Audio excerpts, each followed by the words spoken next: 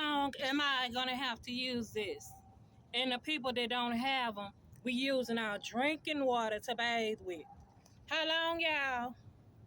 How long? How long? It's no more water in the water hose. We right here. We down the street. Why we don't have lights? Why we don't have waters?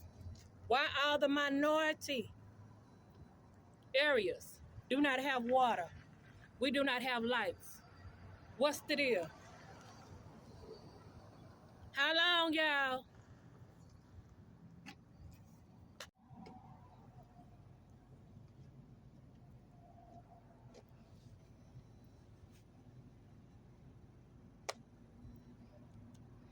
Center Point.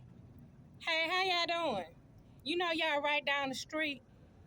And we still don't have no lights, no water. Turn the water on. Y'all come fix these meters that y'all installed. We didn't ask for them. Come fix this stuff. It's no water, no ice. So big boys, y'all that are out of town, out of the border cities, the border states. We need you. Y'all come on down. We need the electricians. We need the big trucks. We still have no water, no lights, no ice. Y'all come on. Come on. Y'all see where I'm at? You see it? No water, no lights. We using porta potties.